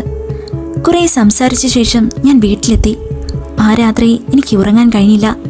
ഭയം എന്നെ വേട്ടയാടി. ആ രൂപം എന്നെ നോക്കി നിന്ന ചിത്രമായിരുന്നു മനസ്സ് നിറയെ. വേണുവും കൂട്ടുകാരും നാളെ എവിടേക്കോ യാത്ര പോകാൻ തയ്യാറെടുക്കുന്നെന്ന് തോന്നുന്നു. ഈ കാര്യം അവനോട് കൂടെ പറയണമെന്നുണ്ട്. ഈ നാടിന് ഭീഷണിയായി നിലകൊള്ളുന്ന ആ വീട്ടിലെ പ്രശ്നം എന്നേക്കുമായി അവസാനിപ്പിക്കണം. അതിനുശേഷം കാർണേഷന്റെ വീട് അദ്ദേഹത്തിന്റെ ചിത്രങ്ങൾ കൊണ്ട് നിറഞ്ഞ ഒരു മ്യൂസിയമായി മാറണം. ആ കലാകാരനെ ലോകമറിയണം. അവരെ നശിപ്പിക്കാനുള്ള ഏക വഴി വീരൻ പറയാൻ തുടങ്ങിയായിരുന്നു. നാളെ പോകുമ്പോൾ അതിനെക്കുറിച്ച് ചോദിക്കണം. അവിടം വെച്ച് വേണുവിന്റെ അപ്പൂപ്പൻ എഴുതിയ കുറിപ്പ് അവസാനിച്ചു. എന്നാൽ ഇത് എഴുതി പിറ്റേ ദിവസം കാട്ടിലേക്ക് പോകാൻ തുടങ്ങിയപ്പോഴാണ് അപ്പൂപ്പൻ മരിച്ചതെന്ന കാര്യം വേണു മനസ്സിലാക്കി. അവന്റെ കണ്ണുകൾ നിറഞ്ഞൊഴുകി. അപ്പൂപ്പൻ എന്നോട് പലപ്പോഴായി ചില സഹായങ്ങൾ ചോദിച്ചിട്ടുണ്ടായിരുന്നു. പക്ഷെ ഞാനത് ചെയ്തു കൊടുത്തിട്ടില്ല. ഒരു പക്ഷേ ഇതിനു വേണ്ടിയാകും. വേണു കൂടുതൽ വിഷമത്തിലേക്ക് പോയി. അബുവും ജോണും അവനെ ആശ്വസിപ്പിച്ചു. വേണു തന്റെ കണ്ണ് തുടച്ച ശേഷം അവരോട് പറഞ്ഞു, അപ്പൂപ്പൻ എവിടെ നിർത്തിയോ നമ്മൾ അവിടെ നിന്നും തുടങ്ങുന്നു. നമ്മുടെ ഹൊറർ ഫാമിലിയെ ഇവിടെ നിന്ന് കെട്ടുകെട്ടിക്കാൻ വീരൻ മാത്രം അറിയാവുന്ന രഹസ്യം നമ്മൾ ആദ്യം കണ്ടെത്തണം. എന്ത് വില കൊടുത്തും അപ്പൂപ്പന്റെ സ്വപ്നം സാക്ഷാത്കരിക്കണം. പെട്ടെന്ന് തന്നെ മുകളിൽ പൂട്ടിയിട്ട മുറിക്കുള്ളിൽ നിന്ന് ആരോ ശക്തിയായി വാതിൽ തട്ടുന്ന ശബ്ദം കേട്ട് അവർ മൂന്നുപേരും അവിടേക്ക് നോക്കി നിന്നു. വാതിൽ ശക്തിയായി മുട്ടുന്ന ശബ്ദം കേട്ട് വേണു പറഞ്ഞു, ഇതവരാ, ആ ഹൊറർ ഫാമിലി. നമ്മളിനി എന്തു ചെയ്യും? എനിക്കറിയില്ല, ചിന്തിക്കേണ്ടിയിരിക്കുന്നു. എന്തായാലും അപ്പൂപ്പന്റെ കണ്ടെത്തലുകളിൽ നിന്ന് എനിക്ക് മനസ്സിലായത് ആ ആത്മാക്കൾക്ക് അധിക നേരം പുറത്തു നിൽക്കാൻ കഴിയില്ല. ചിത്രത്തിൽ അവശേഷിക്കുന്ന 3 രക്ഷകൾ ഉള്ളിടത്തോളം കാലം അവർ ഇപ്പോഴും ബന്ധനത്തിലാണ്. ഒരു പക്ഷേ ബാക്കിയുള്ള രക്ഷകൾ അതിൽ നിന്ന് വേർപെട്ടാൽ. വേണു അത് പറഞ്ഞ് അല്പനേരം നിശബ്ദനായി നിന്നു. അതുകൊണ്ടാണ് ഞാൻ ആ വാതിൽ പൂട്ടിയത്. ഇനി അവിടേക്ക് ആരും തന്നെ കയറരുത്. അതേസമയം ജോൺ വല്ലാതെ അസ്വസ്ഥനായിരുന്നു. അവൻ വല്ലാതെ വിയർക്കുന്നുണ്ടായിരുന്നു. അബു ജോണിന്റെ തോളിൽ കൈവച്ചു. എടാ, നിനക്ക് എന്ത് പറ്റി? ആശുപത്രിയിൽ പോണോ? ഹേ, അതിൻ്റെ ഒന്നും ആവശ്യമില്ല. എന്നിട്ട് ജോൺ ഭയന്ന മുഖഭാവത്തോടെ വേണുവിനെയും അബുവിനെയും നോക്കി. അപ്പൂപ്പൻ്റെ ആ ഫയൽ വായിച്ച ശേഷം എനിക്കെന്തോ പോലെ. എടാ, അതിൽ പറയുന്ന ഫ്രാൻസിസിനെ ഞാൻ എവിടെ നേരെ കണ്ടു. അത് കേട്ട് അവർ രണ്ടുപേരും ഭയന്ന് വിറച്ചു. എപ്പോൾ? വേണു ചോദിച്ചു. മുകളിൽ ഒരു ശബ്ദം കേട്ട് ഞാൻ പോയപ്പോൾ എനിക്കുണ്ടായ അനുഭവം ഞാൻ നിങ്ങളോട് പറഞ്ഞെങ്കിലും ഒന്ന് മറച്ചു വെച്ചു. എന്താ അത്? ഞാൻ മുകളിൽ ഒരാളെ കണ്ടു, ഒരു മധ്യവയസ്കൻ. അതേസമയം ആ ചിത്രത്തിൽ അച്ഛനില്ലായിരുന്നു. എനിക്ക് തോന്നുന്നത് അപ്പൂപ്പന്റെ വിവരണത്തിലുള്ള ഫ്രാൻസിസ് ആകുമത്. ആ രൂപം എന്റെ നേരെ മുടന്തിയാണ് നടന്നു വന്നത്. ഒരുപക്ഷെ അയാൾ ജീവിച്ചിരുന്നപ്പോൾ ഇനി ശരിക്കും മുടന്തനായിരിക്കോ? എടാ, നീ അത് മറക്ക്. ഇനി അത് ആലോചിച്ചുകൊണ്ടിരുന്ന വീണ്ടും അസ്വസ്ഥത ഉണ്ടാകും, അപ്പു പറഞ്ഞു. അവർ രണ്ടുപേരും ജോണിനെ ആശ്വസിപ്പിച്ചു. ഭക്ഷണം കഴിച്ച് കുറെ നേരം അവർ 3 പേരും എന്തൊക്കെയോ ആലോചിച്ചിരുന്നു. ജോൺ വീണ്ടും ഉറക്കത്തിലായി. വേണു ഇടയ്ക്കൊക്കെ അപ്പൂപ്പൻ എഴുതിയ കുറിപ്പുകൾ മറിച്ചു നോക്കിക്കൊണ്ടിരുന്നു. അല്പസമയത്തിനു ശേഷം അവർ 3 പേരും അപ്പൂപ്പന്റെ മുറിയിൽ കയറി വാതിലടച്ചു. എടാ, ഇനി നമ്മൾ ഓരോ നീക്കവും വളരെ ശ്രദ്ധിച്ചു വേണം മുന്നോട്ട് പോകാൻ. നമ്മളെ സഹായിക്കാൻ ഇനി ഒരാളെ കൊണ്ടേ സാധിക്കൂ. വീരൻ. വീരനോ? ഒരിക്കൽ അയാളുടെ മുന്നിൽ നമ്മൾ പെട്ടതല്ലേ? അന്നയാൾ എവിടെയോ മാഞ്ഞു പോയി. ഇനി ഒരിക്കൽ കൂടി അയാളെ കണ്ടാൽ ഉറപ്പായും നല്ല പണി അങ്ങനെ തരും. നീ എന്തിനാ പേടിക്കുന്നേ? പുള്ളി അപ്പൂപ്പന്റെ കട്ട ചങ്കല്ലേ. ഞാൻ അപ്പൂപ്പന്റെ പേരക്കുട്ടിയാണെന്ന് പറഞ്ഞ് ഒരു കഥ അങ്ങ് ഇറക്കും, വേണു പറഞ്ഞു. ഇത് അയാൾ വിശ്വസിക്കണമെന്നുണ്ടോ? അതൊന്നും എനിക്കറിയില്ല. ഇനി നമ്മുടെ മുന്നിൽ ഉള്ള ഏക വഴി വീരൻ മാത്രമാണ്. അതുകൊണ്ട് നമ്മൾ 3 പേരും ഇന്ന് രാത്രി കാർണിഷ് ഫോറസ്റ്റിലേക്ക് പോകുന്നു. അത് പറഞ്ഞ ശേഷം വേണു അബുവിനെ നോക്കി പറഞ്ഞു, നീ എന്താ ഞെട്ടാത്തത്? ആ, നീ അടുത്ത് പറയാൻ പോകുന്നത് ഇത് തന്നെ ആയിരിക്കുമെന്ന് എനിക്ക് നന്നായി അറിയായിരുന്നു. ഇനി ഇതിൽ കൂടുതൽ എന്താകാൻ? ഏത് നരകത്തിലേക്ക് വരാനും ഞാൻ റെഡിയാണ്. എടാ, ഞാനില്ല. എനിക്ക് വീട്ടിലേക്ക് ഒന്ന് പോണം. ഒട്ടും വയ്യ, തലയൊക്കെ നല്ല വേദന, ജോൺ പറഞ്ഞു. നീ ഇങ്ങനെ ആയാലോ? നമുക്ക് രാത്രി അച്ഛൻ്റെ കാറെടുത്ത് പോകാം. നീ വെറുതെ കൂടെ വന്നാൽ മതി, വേണു പറഞ്ഞു. അത് ജോണിന് അനുസരിക്കേണ്ടി വന്നു. അവൻ മനസ്സോടെ അതിനെ സമ്മതിച്ചു. അങ്ങനെ രാത്രിയായി. വീട്ടിലെല്ലാവരും ഉറങ്ങിക്കഴിഞ്ഞപ്പോൾ അച്ഛൻ്റെ മുറിയിൽ നിന്ന് പതിയെ കാറിന്റെ താക്കോലെടുത്ത് വേണു വീട്ടിൽ നിന്ന് പുറത്തിറങ്ങി. അബുവും ജോണും കാറിൽ കയറിയ ശേഷം അവർ കാർണിഷ് ഫോറസ്റ്റിലേക്ക് യാത്ര തുടങ്ങി. ജോൺ കാറിന്റെ പുറകിലാണ് ഇരുന്നത്. അവൻ വീണ്ടും വിയർക്കുന്നുണ്ടായിരുന്നു. അവന്റെ അവസ്ഥ കണ്ടപ്പോൾ അബുവിനും വേണുവിനും വല്ലാത്ത വിഷമം തോന്നി. പ്രധാനമായും അവനെ ഒറ്റയ്ക്ക് വിടുന്നതിലുള്ള അപകടം അവർ ആലോചിച്ചു. ഇനിയും എന്തെങ്കിലും കണ്ടാൽ കൂടുതൽ പ്രശ്നത്തിലേക്ക് പോകാൻ ഇടയുണ്ട്. കാർ വളരെ വേഗത്തിൽ പായുകയാണ്. കാർണിഷ് ഫോറസ്റ്റ് എന്ന ബോർഡ് റോഡിന്റെ ഒരു വശത്ത് അവർ കണ്ടു. അബുവിന് പേടിയില്ല എന്ന് പറഞ്ഞെങ്കിലും നെഞ്ചിടിപ്പ് കൂടി വന്നു. അല്പസമയം കഴിഞ്ഞപ്പോൾ അവർ ഒരു കാഴ്ച കണ്ടു. നീണ്ട വെള്ളത്താടിയുള്ള മുഷിഞ്ഞ വേഷം ധരിച്ച ഒരാൾ റോഡിൽ നിന്ന് കൈകാണിക്കുന്നു.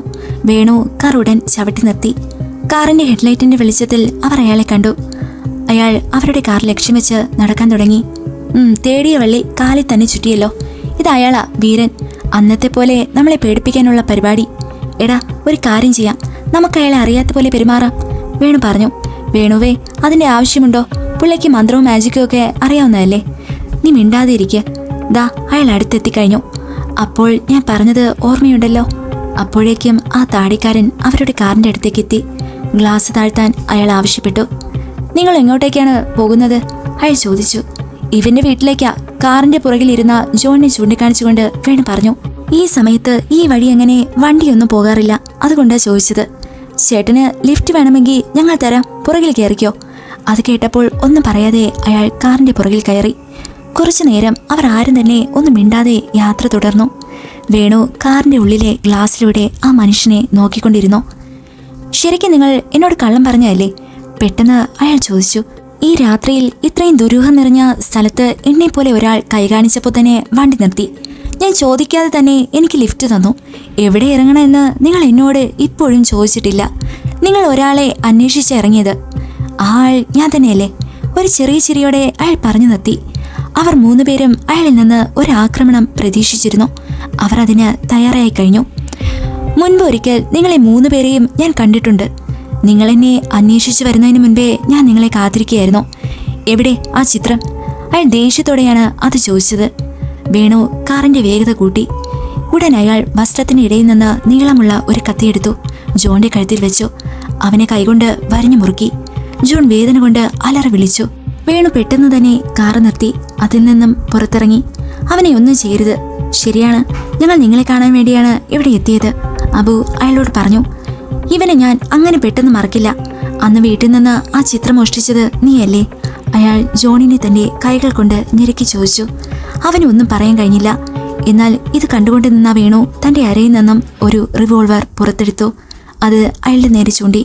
വീരൻ, അവന്റെ ദേഹത്ത് നിന്ന് കൈയെടുക്ക്, വേണു ദേഷ്യത്തെ തന്നെ പറഞ്ഞു. അവന്റെ കയ്യിലുണ്ടായിരുന്നത് അപ്പൂപ്പന്റെ റിവോൾവർ ആയിരുന്നു. പെട്ടെന്ന് തന്നെ വീരൻ അവിടെ നിന്നും അപ്രത്യക്ഷനായി. എന്നാൽ ഞൊടിയിടയ്ക്ക് വേണുവിന്റെ പിന്നിൽ അയാൾ പ്രത്യക്ഷപ്പെട്ടു. അയാൾ വേഗം തന്നെ അവന്റെ കയ്യിലെ റിവോൾവർ തട്ടിയെടുക്കാൻ ശ്രമിച്ചു. അവർ തമ്മിൽ ബലപ്രയോഗം നടന്നു. വേണു വീരന്റെ ജ്വലിക്കുന്ന കണ്ണുകൾ നോക്കി പറഞ്ഞു. നിങ്ങളുടെ സുഹൃത്ത് വിശ്വനാഥൻ എന്റെ അപ്പൂപ്പനാണ്. അത് കേട്ടപ്പോൾ വീരൻ തന്റെ കൈ വേണുവിന്റെ ദേഹത്തു നിന്നും പതിയെ എടുത്തു. വേണു ആ റിവോൾവറും താഴ്ത്തി. അദ്ദേഹം ഇപ്പോൾ എവിടെയുണ്ട്? വീരൻ വേണുവിനോട് ചോദിച്ചു. അപ്പൂപ്പൻ മരിച്ചു. അതിനുശേഷം ഞങ്ങൾ വീട് മാറി. ഇപ്പോൾ ഇവിടെയല്ല താമസം. അത് കേട്ട് വീരൻ അല്പനേരം മൗനത്തിലായിരുന്നു. അയാളുടെ മുഖത്ത് വിഷമം നിഴലിച്ചു. വീരൻ, ഞങ്ങൾക്ക് താങ്കളുടെ സഹായം വളരെ അത്യാവശ്യമാണ്. ഞങ്ങളിപ്പോൾ ജീവൻ പോലും കളയേണ്ട അവസ്ഥയിലാണ്. അടുത്ത നിമിഷം എന്ത് സംഭവിക്കുമെന്ന് അറിയാത്ത അവസ്ഥ. വേണു വിഷമത്തിൽ അയാളോട് സംസാരിച്ചു. എന്ത് സംഭവിക്കരുത് എന്ന് കരുതിയോ അത് തന്നെ സംഭവിച്ചു. കാർണിച്ചിന്റെ വീട്ടിലെ ആ ചിത്രം എന്റെ ആയുസിന്റെ അവസാനം വരെ മറ്റാരും അവിടെ നിന്ന് കൊണ്ടുപോകാൻ സമ്മതിക്കില്ലായിരുന്നു. പക്ഷേ നിങ്ങൾ തന്നെയാണ് ഇതിനൊക്കെ കാരണം. അന്ന് നിങ്ങൾ വന്ന ദിവസം നിങ്ങളെ ഭയപ്പെടുത്തി പറഞ്ഞയക്കാനാണ് ഒരു അപരിചിതനെ പോലെ ഞാൻ നിങ്ങളെ കണ്ടതും മാഞ്ഞുപോയതും. പക്ഷേ നിങ്ങൾ തിരിച്ചു പോകാൻ കൂട്ടാക്കിയില്ല. കുട്ടികളല്ലേ, വെറുതെ എന്തിനാ ശരിക്കും ഭയപ്പെടുത്തുന്നതെന്ന് കരുതിയാണ് ഞാൻ മറ്റൊന്നും ചെയ്യാതിരുന്നത്. ഒടുവിൽ നിങ്ങൾ വീട്ടിൽ കയറാതെ തിരിച്ചുപോയി. പക്ഷേ ഇവൻ വീണ്ടും അവിടേക്ക് തിരിച്ചു വന്നു. ജോണിനെ ചൂണ്ടിക്കാണിച്ചുകൊണ്ട് വീരൻ പറഞ്ഞു. നീയാണ് എല്ലാത്തിനും കാരണം. അന്ന് രാത്രി നീ വീട്ടിലേക്ക് കടക്കാൻ ശ്രമിക്കുന്നത് ഞാൻ തടയാൻ പോയതും ഒരു ചെന്നായി എന്നെ ആക്രമിക്കാൻ വന്നു. എന്റെ സിദ്ധികൾ ഉപയോഗിച്ച് എനിക്ക് രക്ഷപ്പെടാമായിരുന്നു. പക്ഷേ അങ്ങനെ ചെയ്താൽ അത് നിന്റെ നേരെ തിരിയും. അങ്ങനെ നിന്നെ രക്ഷിക്കാൻ നോക്കവേ എനിക്ക് പരിക്ക് പറ്റി. ആ സമയം നീ ആ ചിത്രവുമായി കടന്നു കളഞ്ഞു. നിങ്ങൾക്കറിയാവോ അതിൽ നിറഞ്ഞിരിക്കുന്ന അപകടം? അറിയാം, എല്ലാം അറിയാം. എന്റെ അപ്പൂപ്പന്റെ അനുഭവക്കുറിപ്പിലൂടെ ഞങ്ങളെല്ലാം മനസ്സിലാക്കി. അതാണ് നിങ്ങളെ കാണാൻ എത്തിയത്. ഇനി ഒന്നുകൂടെ അറിയാനുണ്ട് എങ്ങനെ ഇത് പരിഹരിക്കാമെന്ന്. അപ്പു പറഞ്ഞു. അതത്ര എളുപ്പമല്ല. ഇങ്ങനെയൊക്കെ സംഭവിക്കാതിരിക്കാനാണ് ഞാൻ ആ വീടിന് കാവൽ നിന്നത്. അവർ പുറത്തു വന്നാൽ അവരെ തടയാൻ എനിക്കാവില്ല. അത് കേട്ട ശേഷം എല്ലാവരും മിണ്ടാതെ നിന്നു. ആ ചിത്രം ഇപ്പോൾ എവിടെയുണ്ട്? എന്റെ വീട്ടിലാണ്. ആ ചിത്രത്തിൽ ബന്ധിച്ചിട്ടുള്ള രക്ഷകളെക്കുറിച്ച് ഞങ്ങൾക്കറിയാം. അറിയാതെയാണെങ്കിൽ പോലും അതിലാരും തൊടാതിരിക്കാൻ ഞാൻ ചിത്രമിരിക്കുന്ന മുറി പൂട്ടിയിട്ടിട്ടുണ്ട്. അത് നന്നായി. എന്നുവെച്ച് നിന്റെ വീട്ടിലുള്ള മറ്റുള്ളവരും സുരക്ഷിതരല്ല എന്ന് നീ മനസ്സിലാക്കണം. പക്ഷേ ആ മുറിയിലേക്ക് എന്റെ വീട്ടുകാർ കടക്കില്ല. അതിന്റെ താക്കോൽ എന്റെ പോക്കറ്റിൽ തന്നെ. അത് പറഞ്ഞു വേണു തന്റെ പോക്കറ്റിൽ തൊട്ടപ്പോ അവിടെ താക്കോൽ കാണാനില്ല. അവൻ പരിഭ്രാന്തനായി. അവൻ അബുവിനെ നോക്കി. എടാ, നീ കണ്ടോ ആ താക്കോൽ? അബുവിനോട് ചോദിച്ചു. ഇല്ലെന്നായിരുന്നു അവന്റെ മറുപടി. ജോണേ, നീ കണ്ടോ? ഇത് പറഞ്ഞവൻ ജോൺ നിന്നെടുത്ത് നോക്കി. പക്ഷേ ജോണിനെ അവിടെയെങ്ങും കാണാനില്ല. ഇപ്പോൾ അവിടെ വേണുവും അബുവും വീരനും മാത്രം. എന്താ സംഭവിച്ചതെന്നറിയാതെ അവർ അമ്പരന്ന് നിന്നു. ഇതേ സമയം വേണുവിന്റെ വീടിന്റെ ഗേറ്റിന് മുൻപിൽ ഒരാൾ നിൽക്കുന്നു. വേണുവിന്റെ കയ്യിലിരുന്ന താക്കോൽ അയാൾ പതിയെ പുറത്തെടുത്തു. ഒരു പൈശാചികമായ പുഞ്ചിരി അയാളുടെ മുഖത്ത് നിറഞ്ഞു. അത് ജോണായിരുന്നു. അവൻ പതിയെ മുടന്തി വീടിന്റെ ഗേറ്റിനടുത്തേക്ക് നടന്നു. സംഭവിച്ചത് എന്താണെന്നറിയാതെ അബുവും വേണുവും പരസ്പരം നോക്കി നിന്നു. അവരെ തുറച്ചു നോക്കി നിന്ന വീരന്റെ മുഖത്ത് അയാൾ എന്തോ കണ്ടുപിടിച്ചു എന്ന ഭാവം നിറഞ്ഞു വന്നു. കാറിൽ വെച്ച് അവന്റെ കഴുത്തിൽ കത്തിവെച്ച സമയം അവന്റെ ശരീരത്തിൽ സ്പർശിച്ചപ്പോൾ തന്നെ എനിക്കൊരു സംശയം തോന്നിയിരുന്നു. ഒരു ആത്മാവിന്റെ സാന്നിധ്യം ഞാൻ അവിടെ മനസ്സിലാക്കി. നിങ്ങളുടെ ആ സുഹൃത്തിന്റെ ശരീരത്തിൽ ഒരാത്മാവ് പ്രവേശിച്ചിട്ടുണ്ട്. അത് കേട്ടവർ രണ്ടുപേരും ഞെട്ടിത്തെറിച്ചു. ഫ്രാൻസിസ്. ഒരു ദീർഘനിശ്വാസത്തോടെ വേണു ആ പേര് പറഞ്ഞു. ഫ്രാൻസിസോ? വീരൻ അത്ഭുതപ്പെട്ട് ചോദിച്ചു. ആ ചിത്രമിരിക്കുന്ന മുറിയിൽ ജോൺ ഒറ്റയ്ക്ക് പോയിട്ടുണ്ടായിരുന്നു. അതിനുശേഷം അവന്റെ പെരുമാറ്റത്തിൽ അപ്പാടെ ഒരു മാറ്റം ഞാൻ ശ്രദ്ധിച്ചു. ഇടയ്ക്ക് നന്നായി വിയർക്കും. അത്രയും നേരം ഞങ്ങളുടെ കൂടെ എന്തിനും തയ്യാറായിരുന്നവൻ പിന്നെ ഒഴിഞ്ഞു മാറാൻ തുടങ്ങി. പിന്നെ അവൻ ആ മുറിയിൽ ബോധമില്ലാതെ കിടന്നപ്പോൾ ഞങ്ങൾ അവനെ പൊക്കിയെടുത്ത നിമിഷം ഞാൻ ആ ചിത്രത്തിലേക്ക് നോക്കി. അതിൽ അച്ഛന്റെ രൂപം ഇല്ലായിരുന്നു. അപ്പോൾ ഫ്രാൻസിസ് അവന്റെ ശരീരത്തിൽ കടന്നുകൂടിയിട്ടുണ്ട്. എടാ, എങ്കിൽ ഇപ്പോൾ അവൻ പോയിരിക്കുന്നത് നിന്റെ വീട്ടിലേക്കായിരിക്കും. ആ ചിത്രത്തിലെ ബാക്കിയുള്ള 3 രക്ഷകൾ പൊട്ടിക്കാൻ അതെങ്ങനെ സാധിക്കും? അവന്റെ ഉള്ളിൽ ഫ്രാൻസിസ് ആണെങ്കിൽ അയാളുടെ സ്വാധീനം ഉള്ളതുകൊണ്ട് ആ രക്ഷയെ തൊടാൻ അവന് കഴിയില്ലല്ലോ, വേണു പറഞ്ഞു. കഴിയും. അതുവരെ ഇതൊക്കെ കേട്ടുകൊണ്ട് നിന്ന വീരൻ പ്രതികരിച്ചു. ഒരു മനുഷ്യനെ അത് ചെയ്യാൻ കഴിയൂ, ആത്മാവിന് കഴിയില്ല. എന്നാൽ ഇപ്പോൾ ഫ്രാൻസിസ് ഒരു മനുഷ്യനെ വെച്ചാണ് അത് ചെയ്യാൻ പോകുന്നത്. നിങ്ങളുടെ സുഹൃത്ത് ഈ നാടിന് തന്നെ വലിയ ആപത്തുണ്ടാക്കാൻ പോകുന്നു. അവൻ പോയിരിക്കുന്നത് നിന്റെ വീട്ടിലേക്ക് തന്നെയാണ്. ആ താക്കോൽ നിന്റെ കയ്യിൽ നിന്നും കൈക്കലാക്കുക ആയിരുന്നു അവന്റെ ലക്ഷ്യം. ഫ്രാൻസിസ് അവനെ അതിനുവേണ്ടി ഉപയോഗിച്ചു. ഇപ്പോൾ അത്രയും ദൂരം ഞങ്ങൾക്ക് പോകാൻ സാധിക്കില്ല. അവൻ ആ രക്ഷകൾ പൊട്ടിച്ചാൽ എന്റെ വീട്ടിൽ അച്ഛനും അമ്മയും ഉണ്ട്. അവർക്ക് എന്തെങ്കിലും സംഭവിച്ചാലോ? വീരൻ, ഇനി എന്തെങ്കിലും ചെയ്യാൻ കഴിയുമെങ്കിൽ അത് നിങ്ങൾക്ക് മാത്രമേ പറ്റൂ. താങ്കൾക്ക് ചില മന്ത്രങ്ങളും മായാജലവും കൈവശമുണ്ടെന്ന് എന്റെ അപ്പൂപ്പന്റെ വിവരണത്തിൽ നിന്നും എനിക്ക് മനസ്സിലായി. ദയവ് ചെയ്ത് അത് തടയണം, അബുവും വീരനോട് അപേക്ഷിക്കാൻ തുടങ്ങി. വീരൻ അവരെ രണ്ടുപേരെയും മാറി മാറി നോക്കി. അയാൾ പതിയെ കണ്ണുകൾ അടച്ചു. വേണുവിന്റെ വീട്. വീടിന്റെ ഗേറ്റ് തുറന്ന് ജോൺ അകത്തേക്ക് കയറി. അവൻ മുടന്തി അകത്തേക്ക് നടന്നു. വീടിന്റെ പ്രധാന വാതിൽ അവർ അടച്ചിരുന്നില്ല. വാതിൽ തുറന്ന ശേഷം മുകളിലേക്കുള്ള പടികൾ ഓരോന്നായി ചവിട്ടിക്കയറി. അവന്റെ മുഖത്ത് പൈശാചികമായ ഒരു ചിരി നിറഞ്ഞു വന്നു. അവന്റെ കയ്യിലെ താക്കോൽ കൊണ്ട് ആ പൂട്ട് തുറന്ന് വാതിൽ പതിയെ തള്ളി തുറന്നു. ആ ചിത്രത്തിൽ ഇപ്പോൾ 3 പേർ. അമ്മയുടെയും മക്കളുടെയും മുഖഭാവം മാറി മറിയുന്ന പോലെ. ജോൺ പതിയെ നടന്നു. ചിത്രത്തിന്റെ അടുത്തേക്ക് നീങ്ങി. പെട്ടെന്ന് ഒരു വലിയ കരിമ്പടം കൊണ്ട് ആരോ അവനെ മൂടി. മുറിയുടെ ഒരു വശത്തേക്ക് വലിച്ചെറിഞ്ഞു. മുറിയിൽ ഇരുട്ട് നിറഞ്ഞു നിന്നപ്പോൾ ആരോ ലൈറ്റിട്ടു. ആ വെളിച്ചത്തിൽ ഫ്രാൻസിസ് മനസ്സിലാക്കി അത് വീരനായിരുന്നു. കോപം കൊണ്ട് ജ്വലിച്ച ഫ്രാൻസിസ് വീരന്റെ അടുത്തേക്ക് പാഞ്ഞു. ഞൊടിയിടയിൽ വീരൻ അവിടെ നിന്നും അദൃശ്യനായി. ഫ്രാൻസിസ് ചുറ്റിനു നോക്കി. എന്നിട്ടയാൾ വീണ്ടും ആ ചിത്രത്തിലേക്ക് തിരിഞ്ഞു. അതിലുള്ള ബാക്കി രക്ഷകൾ പറിച്ചെടുത്ത് ദൂരേക്കെറിയാൻ മുതിർന്നു. എന്നാൽ അയാളുടെ കൈകൾ അതിലേക്ക് അടുത്തില്ല. വീരൻ ജോണിന്റെ ശരീരത്തിലുള്ള ഫ്രാൻസിസുമായി ഒരു മത്സരത്തിന് തന്നെ തയ്യാറായിരുന്നു. വീരന്റെ ശരീരത്ത് നിറഞ്ഞിരുന്ന ഏലസുകളും രക്ഷകളും ഒരു പരിധിവരെ ഫ്രാൻസിസിനോട് പിടിച്ചു നിൽക്കാൻ അയാളെ സഹായിക്കും. ഫ്രാൻസിസിന്റെ പുറകിൽ നിന്ന് വീരൻ അയാളെ ബലമായി പിടിച്ചു നിർത്തി. എന്നിട്ട് വലിച്ചു തള്ളി നീക്കി മുറിയുടെ ഒരു വശത്തേക്ക് കൊണ്ടുപോയി. ഫ്രാൻസിസിന് ഒന്നും ചെയ്യാൻ കഴിഞ്ഞില്ല. പെട്ടെന്ന് തന്നെ ഒരു നിമിഷം വീരൻ അയാളെ തള്ളി നീക്കാൻ സാധിച്ചില്ല. അയാളിൽ എന്തോ ബലം വന്നതുപോലെ. വീരൻ തിരിഞ്ഞ് ചിത്രത്തിലേക്ക് നോക്കിയപ്പോൾ അതിലാരും തന്നെയില്ല. എല്ലാ ആത്മാക്കളും പുറത്തേക്ക് വന്നിരിക്കുന്നു. അപ്പോൾ ഫ്രാൻസിസ് തിരിച്ചു വീരനെ ശക്തമായി തള്ളി നീക്കാൻ തുടങ്ങി. അവിടെ ഫ്രാൻസിസ് മാത്രമല്ല വീരനെ നേരിടുന്നത്. അവർ 4 പേരുമാണ്. അവരിൽ നിന്ന് രക്ഷ നേടാൻ മാഞ്ഞു പോകാൻ അയാൾ കൂട്ടാക്കിയില്ല. വീരനെ ആ ശക്തികൾ കഴുത്തിൽ പിടിച്ച് മുകളിലേക്ക് ഉയർത്തി. ശ്വാസം കിട്ടാതെ അയാൾ പിടയാൻ തുടങ്ങി. ആ സമയം വേണുവും അബുവും ഹാളിന്റെ വാതിൽ തുറന്ന് അകത്തേക്ക് വന്നു. അവർ കണ്ട കാഴ്ച ജോൺ വീരനെ ഒരു കൈയാൽ പൊക്കിപ്പിടിച്ചിരിക്കുന്നതാണ്. ആ സമയമാണ് ചിത്രത്തിൽ അവശേഷിച്ചിരിക്കുന്ന 3 രക്ഷകൾ ചെറുതായി പ്രകാശിക്കാൻ തുടങ്ങിയത്. ഉടൻ ചിത്രത്തിൽ ഫ്രാൻസിസ് ഒഴിച്ച് ബാക്കിയുള്ളവർ നിറഞ്ഞു നിന്നു. ഒരുപക്ഷെ വീരൻ ആഗ്രഹിച്ച നിമിഷം അതായിരിക്കും. ഞൊടിയിടയ്ക്കുള്ളിൽ വീരൻ ഫ്രാൻസിസിനെ തന്റെ പുതപ്പുകൊണ്ട് വരിഞ്ഞുകെട്ടി ഒരു കസേരയെ കൊണ്ട് ബന്ധിച്ചു. ഒരു ചരട് തലയ്ക്ക് ചുറ്റും കെട്ടുകയും ചെയ്തു. അവൻ അലറി വിളിക്കാൻ തുടങ്ങി. അവന്റെ വാ മൂടിക്കെട്ടിയ ശേഷം വേണു ഹാളിന്റെ വാതിൽ പൂട്ടി. അത് കഴിഞ്ഞ് വീരൻ വേണുവിനോട് വെള്ളം ആവശ്യപ്പെട്ടു. അയാൾ അത്യധികം തളർന്നു കഴിഞ്ഞു. ഒരു മൂലയിൽ ചെന്നിരുന്ന് അല്പനേരം വിശ്രമിച്ചു. കുറച്ചു സമയങ്ങൾക്ക് ശേഷം വീരൻ ബന്ധനസ്ഥനാക്കിയ ജോണിന്റെ അടുത്തേക്ക് വന്നു. മൂടിക്കെട്ടിയ വാ തുറക്കാൻ അബുവിനോട് പറഞ്ഞു. ജോണിന്റെ ശബ്ദം മാറിയിരിക്കുന്നു. ഒരു തരം ഭീകര ശബ്ദം. എന്നാൽ അവന്റെ ഉള്ളിൽ ഫ്രാൻസിസ് ഉണ്ടെന്ന് വിശ്വസിക്കാൻ വേണുവിന് സാധിക്കുന്നില്ല. അബുവിന്റെ കണ്ണുകൾ അല്പം നിറഞ്ഞു. എന്താണ് നിനക്ക് വേണ്ടത്? നിനക്കും നിന്റെ കുടുംബത്തിനും നിത്യശാന്തി കിട്ടാൻ എന്തു ചെയ്യാൻ ഞാൻ തയ്യാറാണ്. അത് കേട്ട് ഒരു ചെറിയ ചിരിയോടെ ഫ്രാൻസിസ് പറഞ്ഞു.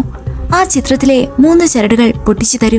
ഞങ്ങൾക്ക് വേണ്ട സമാധാനവും ശാന്തിയും ഞങ്ങൾ തന്നെ നേടിയെടുത്തോളാം. കഴിയില്ല. മരിച്ചവർക്ക് ഭൂമി സ്വന്തമല്ല. ഇത് മനുഷ്യർക്ക് വേണ്ടിയുള്ളതാണ്. ഞാൻ പറയുന്നത് കേട്ടില്ലെങ്കിൽ എനിക്ക് യുക്തിക്ക് നിരക്കാത്തത് ചെയ്യേണ്ടി വരും. അതിന് ചെയ്യാൻ ഇപ്പോൾ ആരുണ്ട്? നിന്റെ യജമാനന് മാത്രമേ അതിന് സാധിക്കൂ. പക്ഷേ അയാളെ ഞാൻ തന്നെയല്ലേ വകവരുത്തിയത്? അത് കേട്ട് വീരൻ ഉത്തരമില്ലാതെ നിന്നു. കാർണിഷിന്റെ വിയോഗം അയാൾ ഒരു നിമിഷം ഓർത്തു. സമ്മതിച്ചു. നീ പറഞ്ഞ പോലെ നിന്നെയും നിന്റെ കുടുംബത്തെയും ഞാൻ ഈ ചിത്രത്തിൽ നിന്ന് മോചിപ്പിക്കാം. പക്ഷേ നിങ്ങളുടെ ശരിക്കുള്ള ഉദ്ദേശം എന്താണ്? അത് കേട്ടപ്പോൾ ഫ്രാൻസിസ് പൊട്ടിച്ചിരിക്കുകയാണ് ചെയ്തത്. പ്രതികാരം ചെയ്യണം. ഞങ്ങളെ നശിപ്പിച്ചവനെ കൊല്ലണം. അത് നിങ്ങൾ ഒരിക്കൽ ചെയ്തതല്ലേ? നിന്റെ കുടുംബത്തെ നശിപ്പിച്ച ജന്മിയെയും കുടുംബത്തെയും നീ ഇല്ലാതാക്കിയില്ലേ? അതുപോരാ. അവന്റെ കുടുംബത്തിലെ പരമ്പരയിലെ ഒരാൾ. ഞങ്ങൾ കാത്തിരുന്ന അവന്റെ തന്നെ പുനർജന്മം. അയാളെ കൂടി നശിപ്പിച്ച ശേഷമേ ഞങ്ങൾക്ക് ശാന്തി കിട്ടൂ. എന്നാലേ ഞങ്ങൾ ഈ ഭൂമിയിൽ നിന്നും പോകൂ. ആരാണയാൾ? ഉടനെ ഫ്രാൻസിസ് തന്റെ ചൂണ്ടുവിരൽ നീട്ടി അബുവിനെ കാണിച്ചു. അതിനുശേഷം അത് വേണുവിന്റെ നേരെ പോയി. പക്ഷേ അവിടുന്ന് നേരെ പോയത് അവന്റെ മുന്നിലുണ്ടായിരുന്ന ഒരു വലിയ കണ്ണാടിയിലേക്കായിരുന്നു. കണ്ണാടിയിലെ ജോണിന്റെ പ്രതിബിംബത്തെ ചൂണ്ടിക്കാണിച്ച് ജോണിന്റെ ശരീരത്തിലിരുന്ന ഫ്രാൻസിസ് അലറി വിളിച്ചു. ഇവൻ തന്നെ. കസേരയിലിരുന്ന് അട്ടഹസിച്ച് ചിരിക്കുന്ന ജോണിന്റെ ശരീരത്തിലുള്ള ഫ്രാൻസിസിനെ കണ്ട് അവർ മൂവരും അമ്പരന്ന് നിന്നു. പെട്ടെന്ന് ജോണിന് ബോധം നഷ്ടമായി. അബു ആ ചിത്രത്തെ നോക്കിയപ്പോൾ അതിൽ അച്ഛന്റെ രൂപം ഇപ്പോൾ വന്നിരിക്കുന്നു. കസേരയിൽ അബോധാവസ്ഥയിൽ ഇരിക്കുന്ന ജോണിനെ അവർ പൊക്കിയെടുത്തു. കിടക്കയിൽ കൊണ്ട് കിടത്തി. ഇനി നമ്മൾ എന്താണ് ചെയ്യേണ്ടത്? വീരനെ നോക്കി വേണു ചോദിച്ചു. അത് കേട്ട് കുറച്ചു നേരം വീരൻ മൗനത്തിലായിരുന്നു. അയാൾ മറ്റെന്തോ ആലോചിക്കുകയാണ്. വേണുവിന്റെ വീട്ടിൽ നിന്നും വീരൻ പുറത്തേക്ക് നടന്നു. വേണുവും അബുവും അയാളെ പിന്തുടർന്നു. എന്നാൽ അയാൾ പെട്ടെന്ന് അപ്രത്യക്ഷനായി. അത് കണ്ട് അവർ ഭയന്നു പോയി. നിങ്ങൾ എവിടെയാ? വേണു അലറി വിളിച്ചു. അവർക്ക് ആകെ ഉണ്ടായിരുന്ന ഒരു സമാധാനം വീരനായിരുന്നു. എന്നാൽ അയാളും അവരെ വിട്ട് ഇപ്പോൾ പോയിരിക്കുന്നു. എന്ത് ചെയ്യണമെന്നറിയാതെ രണ്ടുപേരും വീട്ടിലേക്ക് തന്നെ നടന്നു. ജോൺ അപ്പോഴേക്കും ഉണർന്നു കഴിഞ്ഞു. നടന്ന കാര്യങ്ങളൊന്നും ജോണിനെ അറിയിക്കാതിരിക്കാൻ വേണു അബുവിനെ പ്രത്യേകം വിലക്കി. എന്തെന്നാൽ ഫ്രാൻസിസ് അവന്റെ ശരീരത്തിൽ കയറിയ ശേഷമുള്ള കാര്യങ്ങൾ ജോണിന്റെ അറിവോടുകൂടെ ആയിരുന്നില്ല. അവർ രണ്ടുപേരും ജോണിനോട് നടന്ന കാര്യങ്ങൾ മറച്ചുവെച്ചു. ആ രാത്രി അവസാനിച്ചു. പിറ്റേന്ന് രാവിലെ 3 പേരും വീടിന്റെ വരാന്തയിൽ കിടന്ന് ഉറക്കമായിരുന്നു. അടുക്കളയിൽ നിന്നും ചായയുമായി വന്ന വേണുവിന്റെ അമ്മ അവരെ ഉണർത്താൻ ശ്രമിച്ചു. ഒരു ഞെട്ടലോടെയാണ് അബുവും വേണുവും ഉണർന്നത്. എന്നാൽ ജോൺ ഇപ്പോഴും ഉറക്കത്തിലാണ്. നിങ്ങൾ എന്താ ഇവിടെ കിടക്കുന്നത്? മുകളിൽ എന്താ പ്രശ്നം? വേണുവിന്റെ അമ്മ ചോദിച്ചു. അത് പിന്നെ മുകളിൽ ഒടുക്കത്തെ ചൂട്. ഇന്നലെ രാത്രി ഒട്ടും സഹിക്കാൻ പറ്റിയില്ല. അതുകൊണ്ടാ ഇവിടെ വന്ന് കിടന്നത്, വേണു പറഞ്ഞു. ജോണിനെ അവർ ഉണർത്തി. എന്നിട്ട് കയ്യിൽ ഒരു കപ്പ് ചായ കൊടുത്തു. 3 പേരും ചായ കുടിച്ച ശേഷം, എടാ ജോണെ, എത്ര നാളായി ഞങ്ങൾ നിന്റെ വീട്ടിൽ വന്നിട്ട്. ഇന്ന് നമുക്ക് നിന്റെ വീട്ടിൽ കൂടിയാലോ? അതിനെന്താ, എനിക്കും അതേ പറയാനുള്ളൂ. നമുക്ക് ഇന്ന് അവിടെ കൂടാം. എങ്കിൽ നമുക്ക് ഉടനെ ഇറങ്ങിയാലോ? അബു ചോദിച്ചു. ഉച്ച ആയപ്പോഴേക്കും അവർ വേണുവിന്റെ വീട്ടിൽ നിന്ന് ഇറങ്ങി. 3 പേരും ബൈക്കിൽ കയറി യാത്ര പുറപ്പെട്ടു. അപ്പോൾ മുകളിലത്തെ മുറിയിൽ ആ ചിത്രത്തിൽ നിന്ന് അച്ഛന്റെ രൂപം അതിൽ നിന്നും മാഞ്ഞുപോയി.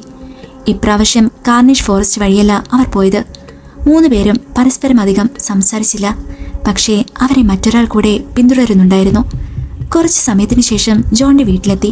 അബുവിനെയും വേണുവിനെയും കണ്ടപ്പോൾ ജോണിന്റെ വീട്ടുകാർക്ക് നല്ല സന്തോഷമായി. അവരോട് വിശേഷങ്ങളൊക്കെ അന്വേഷിച്ച ശേഷം ജോണിന്റെ അമ്മ ഭക്ഷണമുണ്ടാക്കുന്ന തിരക്കിലായി. അല്പം വയസ്സുള്ള ഒരാൾ ആ വീട്ടിലുണ്ടായിരുന്നു.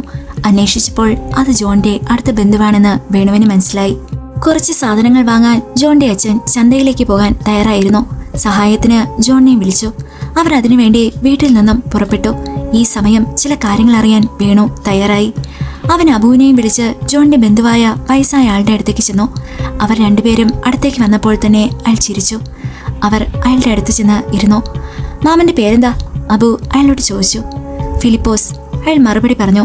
ആ, ഞങ്ങൾക്ക് കുറച്ച് കാര്യങ്ങൾ അറിയണമായിരുന്നു. പഴയ കാലത്തെക്കുറിച്ചും ആ ജീവിതചര്യകളൊക്കെ കൂടി ഒരു പ്രോജക്റ്റ് ഞാൻ തയ്യാറാക്കുന്നുണ്ട്.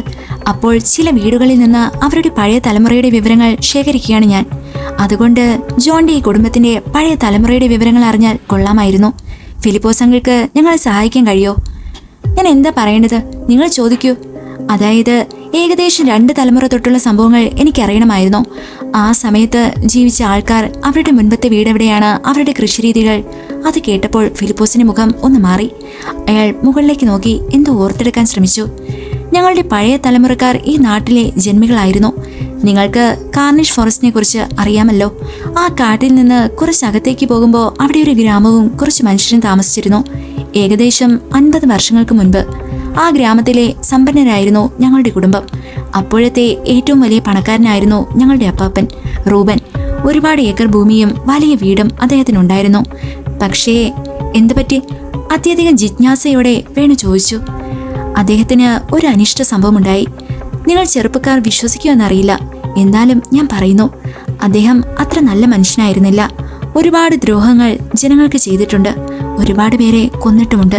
ഞാൻ പണ്ട് കേട്ട ഒരു കാര്യമാണ്, അപ്പാപ്പൻ ഒരു മുഴുവൻ കുടുംബത്തെയും വീട്ടിൽ തീ വെച്ച് കൊന്നു കളഞ്ഞിട്ടുണ്ടെന്ന്. പക്ഷേ അതിനൊക്കെ പ്രതിഫലമായിട്ട് പുള്ളിയെ കൊന്നത് ഒരു മനുഷ്യനായിരുന്നില്ല. അത് എത്രത്തോളം സത്യമെന്ന് എനിക്കറിയില്ല. പണ്ട് പ്രേതവും ഭൂതവും ഉണ്ടെന്നൊക്കെയല്ലേ പറയുന്നേ. ഏതോ ഒരു ആത്മാവ് അദ്ദേഹത്തെ ജീവനോടെ കുത്തിക്കീറിയെന്നാണ് പറയുന്നത്. അതിനുശേഷവും ഒരുപാട് മരണങ്ങൾ ഈ കുടുംബത്തിൽ സംഭവിച്ചു. ഞാൻ വിഷയത്തിൽ നിന്ന് മാറിയതുപോലെ നിങ്ങൾക്കറിയേണ്ടത് ആ സമയത്തെ കൃഷിരീതിയെക്കുറിച്ചല്ലേ? അത് പിന്നെ അത് പറഞ്ഞാലും മതി, നമുക്ക് പിന്നീട് സംസാരിക്കാം. അത് പറഞ്ഞ് വേണുവും അബുവും വീടിന്റെ പുറത്തേക്ക് നടന്നു. എടാ, അപ്പോൾ ഇന്നലെ ഫ്രാൻസിസ് പറഞ്ഞത് ശരിയാണ്. അയാൾക്ക് പ്രതികാരം ചെയ്യേണ്ടത് ജോണിന്റെ കുടുംബത്തോടാണ്. ഒരുപക്ഷെ ഫിലിപ്പോസ് പറഞ്ഞ റൂബന്റെ പുനർജന്മമായി കരുതുന്നത് ജോണിനെ ആകുമോ? എങ്കിലവർ പ്രതികാരം ചെയ്യുന്നത് ജോണിനോടായിരിക്കും. ഈ ത്രില്ലടിപ്പിക്കുന്ന പ്രേതകഥയുടെ ബാക്കി കഥ കേൾക്കാനായി ചാനൽ സബ്സ്ക്രൈബ് ചെയ്യുക. നിങ്ങളുടെ വിലപ്പെട്ട അഭിപ്രായങ്ങൾ രേഖപ്പെടുത്താൻ മറക്കരുത്.